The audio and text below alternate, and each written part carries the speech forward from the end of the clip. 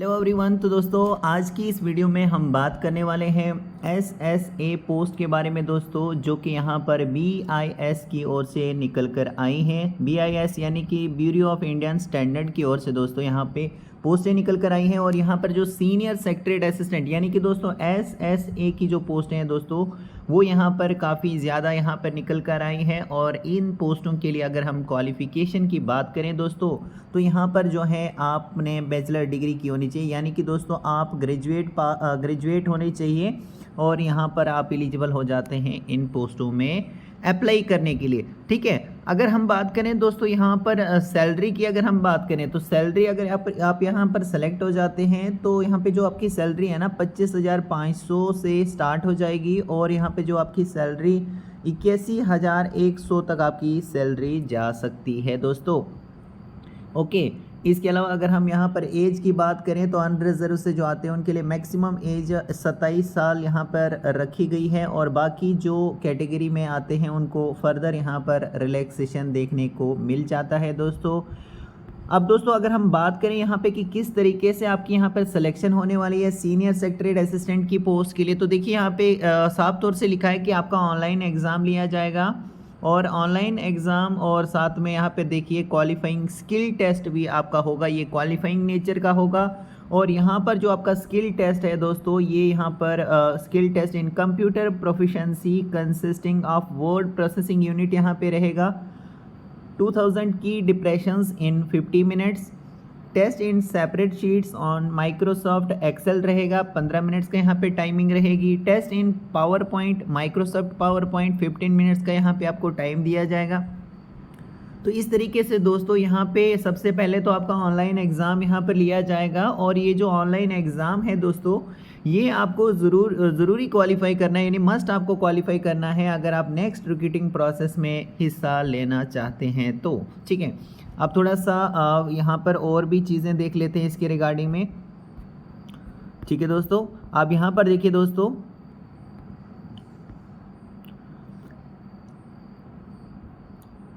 तो यहाँ पे देख सकते हैं दोस्तों ये ग्रुप सी की पोस्टें रहने वाली है। जैसे स्टेनोग्राफर भी इसमें आ जाता है, सीनियर सेक्रेटरीट असिस्टेंट और जूनियर सेक्रेटरीट असिस्टेंट। लेकिन यहाँ पर जो है हम बात करने वाले हैं सीनियर सेक्रेटरीट असिस्टेंट के ही बारे में, क्योंकि यहाँ पे देख सकते हैं आप 120 सबसे ज़्यादा यहाँ पे जो वैकेंसीज़ हैं आपको देखने को मिल रही है। 27 ईयर्स तक यहाँ पर मैक्सिमम एज जो है बताई गई है। लेवल 4 के हिसाब से आपको सैलरी आपको मिलेगी, जैसे मैंने आपको ऑलरेडी बताया 25,500 से स्टार्ट हो जाएगी, 81,100 तक आपकी सैलरी जा सकती है। ठीक है, इन पोस्टों के लिए आपको ऑनलाइन ही अप्लाई करना होगा। अब यहाँ पर जो है मैंने आपको ऑलरेडी बताया दोस्तों, आपने बैचलर डिग्री की होनी चाहिए। यहाँ पर जो SSA की पोस्ट है सीनियर सेक्रेटरी असिस्टेंट की जो पोस्ट है, इसके लिए आपके पास बैचलर डिग्री होनी चाहिए। सीनियर सेक्रेटरीट की पोस्ट के लिए देख सकते हैं यहाँ पे लिखा भी गया है, bachelor degree from recognised university and qualifying skill test in. बाकी स्किल टेस्ट आपका रहेगा कंप्यूटर पे, तो देख लीजिए यहाँ पे ये भी आपको ज़रूरी देना है, लेकिन ये जो है दोस्तों आपके एग्ज़ाम के बाद होगा।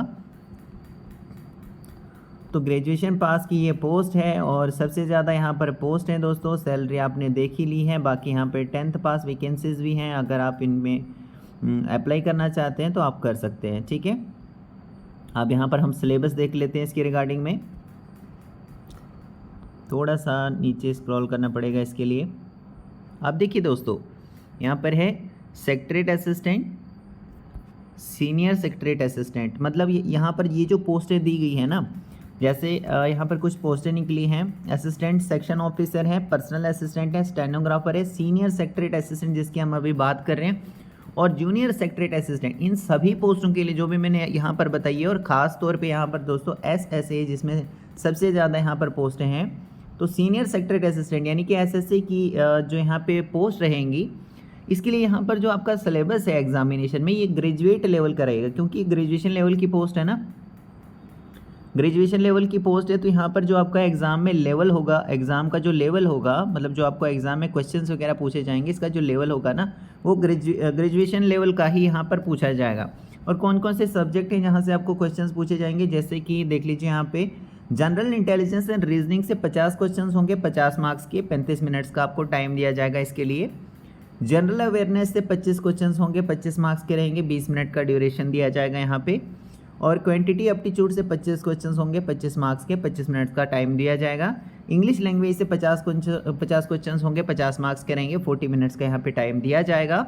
और ये यहाँ पर बाईलिंगुअल रहेंगे, यानी कि दोस्तों इंग्लिश और हिंदी दोनों भाषाओं में यहाँ पर सेट किए जाएंगे क्वेश्चंस। सो जिसमें भी आप यहाँ पर देना चाहते हैं उसमें दे सकते हैं।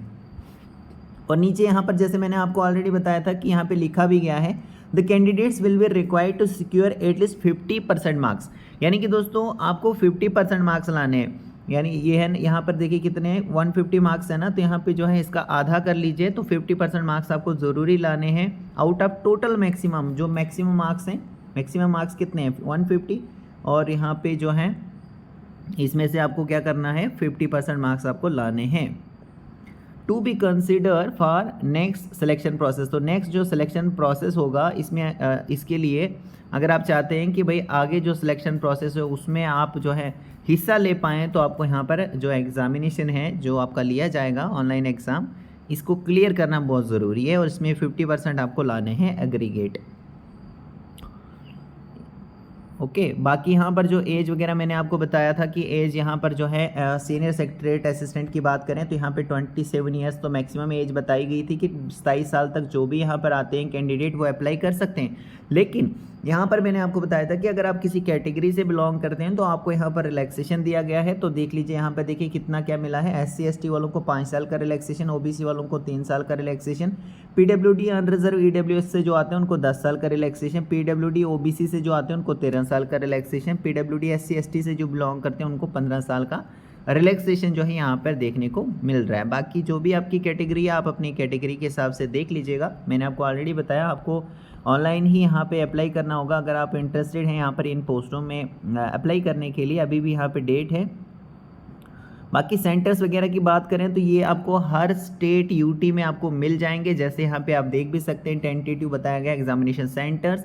जैसे आंध्र प्रदेश का जो सेंटर होता है टेस्ट सेंटर ये विशाखापट्टनम रहता है, आंध्र प्रदेश का गुंटूर विजयवाड़ा रहता है, बिहार का पटना रहता है, छत्तीसगढ़ का रायपुर रहता है, गोवा का पनाजी रहता है, गुजरात का अहमदाबाद गांधीनगर रहता है, गुजरात का राजकोट, हरियाणा चंडीगढ़ मोहाली, हिमाचल प्रदेश, इस तरह से हर एक स्टेट और यूटी को यहाँ पर जो है कवर किया गया है। यानी कहने का मतलब है दोस्तों कि आपको अपनी स्टेट या यूटी में एग्जामिनेशन सेंटर जो है मिल जाएगा। बाकी जब आप फॉर्म वगैरह फिल करेंगे वहाँ चॉइसेस वगैरह आप दे दीजिएगा कि जहाँ पर भी आप एग्ज़ाम देने जा सकते हैं। ठीक है, जो भी आपके पास में पढ़ रहा होगा अब वो आप जो है वहाँ पर जो है दे सकते हैं चॉइस। बाकी ये जो दोस्तों SSA यानी सीनियर सेक्रेटरीट असिस्टेंट की जो ये पोस्टें हैं ना दोस्तों, तो इसके लिए अभी भी यहाँ पर जो है डेट है दोस्तों। अगर आप यहाँ पर अप्लाई करना चाहते हो तो कर सकते हैं। बाकी अप्लाई जो भी यहाँ पर करना चाहता है या फिर एडमिट कार्ड वगैरह जब भी डाउनलोड किए जाएंगे और एग्ज़ाम फिलअप करने के लिए जो साइट है ये यहाँ पर आप देख लीजिए BIS की वेबसाइट यहाँ पर दी गई है www.bis.gov.in। यहाँ पर जाकर ही आपको एग्जामिनेशन फॉर्म भी फिल करना होगा। मतलब जो एप्लीकेशन फॉर्म्स वगैरह अगर आप फिल करना चाहते हैं तो आप इसी साइट पे जाकर फिल कर सकते हैं। बाकी बाद में जब कॉल लेटर्स वगैरह आएंगे तो वो भी आप यहाँ पर इसी साइट पे जाकर डाउनलोड कर पाएंगे। तो इस साइट पर आपको टच में रहना ही पड़ेगा। हाउ टू अप्लाई यहाँ पे बताया गया है किस तरीके से आप अप्लाई वगैरह कर सकते हैं अगर आप करना चाहते हैं तो। फ़ीस वगैरह के लिए बताया गया है कि जो फ़ीस वगैरह आपको पे करनी है ये आप यहाँ पर ऑनलाइन पे करेंगे, डेबिट कार्ड से कर सकेंगे, रुपए card, visa, master card, Maestro, credit card, internet banking, IMPS, cash card, mobile wallet के थ्रू आप यहाँ पर पेमेंट को कर सकते हैं। ओके, इसके अलावा यहाँ पे जो है आप देख सकते हैं दोस्तों 9 सितंबर 2024 से जो है यहाँ पर फॉर्म्स यहाँ पर फिलअप जो है किए जाएंगे और 30 सितंबर 2024 तक आप यहाँ पे जो फॉर्म्स हैं वो फिल कर पाएंगे। ठीक है, तो यहाँ पर क्या है 9 सितंबर से फॉर्म्स जो है शुरू होंगे और 30 सितंबर मिडनाइट तक जो फॉर्म्स हैं वो भरे जाएंगे और पेमेंट करने की भी डेट यहाँ पर सेम है। बाकी जो एडमिट कार्ड वगैरह ऑनलाइन एग्ज़ाम के लिए इशू किए जाएंगे वो 10 दिन पहले ही किए जाएंगे। 10 दिन पहले ही जो मतलब एग्ज़ाम जिस दिन होगा ना उससे 10 दिन पहले ही यहाँ पे जो है साइट के ऊपर अपलोड कर लिए जाएंगे, तो वहाँ से जाकर आप डाउनलोड कर सकते हैं। और ऑनलाइन एग्ज़ाम आपका कब रहेगा इसकी भी डेट यहाँ पर बताई गई है कि जो नवंबर का महीना है ना उसी में आपका ये जो है टेंटेटिव है कि भाई नवंबर के महीने में लिया जाएगा, बाकी आगे जा सकता है। डेट यहाँ पर एग्जैक्ट नहीं बताई गई है, टेंटेटिव यहाँ पे बताया गया है। तो दोस्तों मैं होप करता हूँ कि आपको वीडियो हेल्पफुल लगी होगी, और इस तरह की और भी हेल्पफुल वीडियोस के लिए दोस्तों आप चैनल को जो है वो इस तरह की जितनी भी इंफॉर्मेटिव वीडियोस आएंगी तो इसके लिए आप चैनल को सब्सक्राइब करके रख सकते हैं, बेल आइकन पर प्रेस करके रख सकते हैं, ताकि जो आपको नोटिफिकेशन है वीडियो का वो आपको रिसीव हो सके। दोस्तों आप सबका बहुत बहुत थैंक यू।